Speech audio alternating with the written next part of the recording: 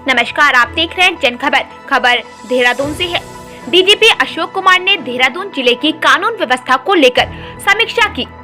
DGP पहले fire service सेवा के ऑफिस पहुंचे, जहां DIG Garhwal Neeru Garg, DIG fire service Mukhtiyar Mohsin, SP city Sarita Rawat मौजूद थी। फायर ऑफिस में डीजीपी को सलामी दी गई। फायर ऑफिस का निरीक्षण करने के बाद डीजीपी पुराने डीआईजी दफ्तर में निर्माणाधीन नवनिर्मित बहुमंजिला भवन का जायजा लिया। इसके बाद 112 सेवा कंट्रोल रूम का निरीक्षण करने के साथ ही जिले की कानून व्यवस्था के बाबत बैठक पर पुलिस अधिकारियों को जरूरी दिशा निर्देश दिए। हमारी ऑपरेशनल यूनिट्स हैं उत्तराखंड पुलिस की, और उसकी ऑपरेशनल एफिशिएंसी बढ़ाने के लिए मैंने इनको विजिट किया है। और जो फायर स्टेशन है हमारा, वो भी 112 से लिंक हो गया है। कौन सा जो फायर स्टेशन 101 पे कॉल करते हैं लोग, वो भी हमारा सेंट्रली जो पूरे प्रदेश का 112 है, 112 कंट्रोल रूम उससे लिंक हो गया। कोई भी कॉल वहाँ आती है, वहाँ से वो संबंधित जनपद के फायर कंट्रोल को जाती है। तो हर जिले का जो फायर कंट्रोल है वहाँ एमडीटी रखा है पूरा, उसके थ्रू मॉनिटरिंग है। तो उसको हम और आधुनिक बनाने का सोच रहे हैं कि उसको और उसका जो डाटा है, एक महीने में कितना एक्शन हुआ, क्या रिस्पॉन्स टाइम रहा, कितने लोगों को कहाँ पे हमने कितनी जान बचाई, इस सब का मंथली मॉनिटरिंग एसएसपी संबंधित जिले के एसएसपी करेंगे। इसका एक परफॉर्मा हमने आज बनवाया है और इनको सर्कुलेट कर रहे हैं कि फायर की जो जितना फायर फाइटिंग केसेज आते हैं मंथली बेसिस पे, उनकी क्लोज मॉनिटरिंग की जरूरत है। बाकी जो है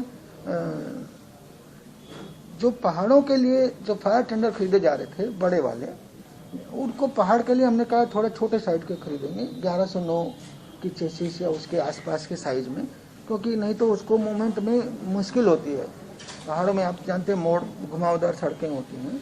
तो वो एक निर्णय लिया है कि भविष्य में हिल्स के पुलिस फायर स्टेशन के लिए जो बड़ी गाड़ियों के बड़े फायर टेंडर की बजाय मध्यम साइज के फायर टेंडर भी खरीदे जाएंगे। बाकी कुछ उसके काम जो है इंफ्रास्ट्रक्चर के काम चल रहे हैं। डोईवाला में फायर स्टेशन लाल तप्पड़ के पास जमीन आइडेंटिफाइड है, और ट्यूनी में, ये दोनों जगह इसी साल हमें उम्मीद है कि इसी साल निर्माण शुरू हो जाएगा। और कुछ भर्तियां यहाँ की पेंडिंग है, जो हमने ओवरऑल पुलिस की भर्ती बता रखी उसी में शामिल होगी, वो पहले भी संख्या शामिल है।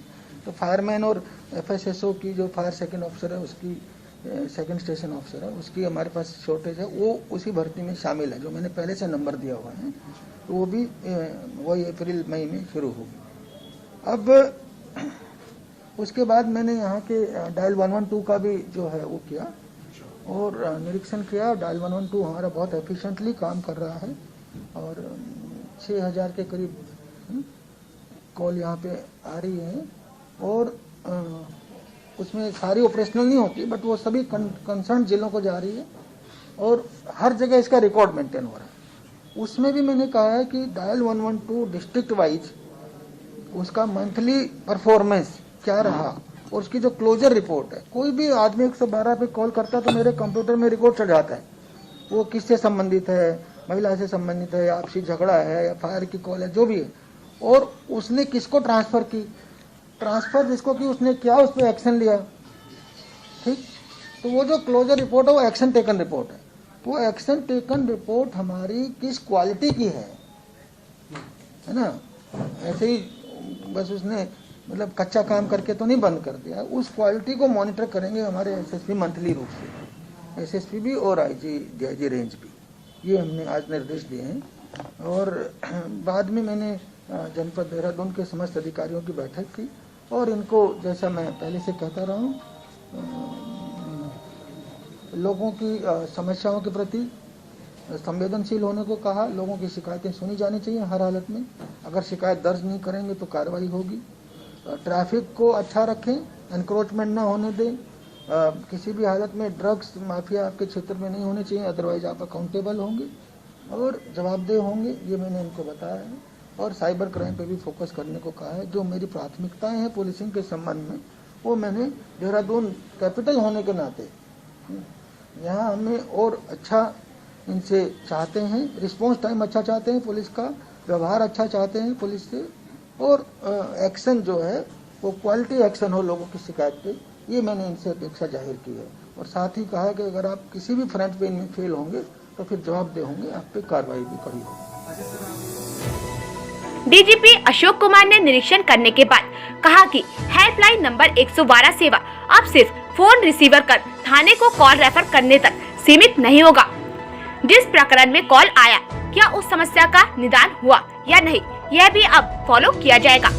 इसके लिए जिले के एसएसपी की जिम्मेदारी तय की गई है। इसके अलावा 112 कंट्रोल रूम में कर्मियों की मासिक समीक्षा भी होगी। अच्छा काम करने वाले कर्मी सम्मानित भी किए जाएंगे। आपको बता दें कि डीजीपी अशोक कुमार लगातार सभी जिलों में पुलिस कार्यों की समीक्षा कर रहे हैं। इसी कड़ी में आज एसएसपी कार्यालय और फायर कार्यालय में निरीक्षण के साथ साथ डीआईजी पुराने दफ्तर में निर्माणाधीन इमारत का अवलोकन करते हुए डीजीपी ने 2 तल जल्द तैयार कर शुरू करने के निर्देश दिए हैं, ताकि नए भवन से कामकाज शुरू हो सके। इसके बाद डीजीपी अशोक कुमार के दून जिले की कानून व्यवस्था की समीक्षा भी की और पुलिस अधिकारियों को जरूरी निर्देश भी दिए।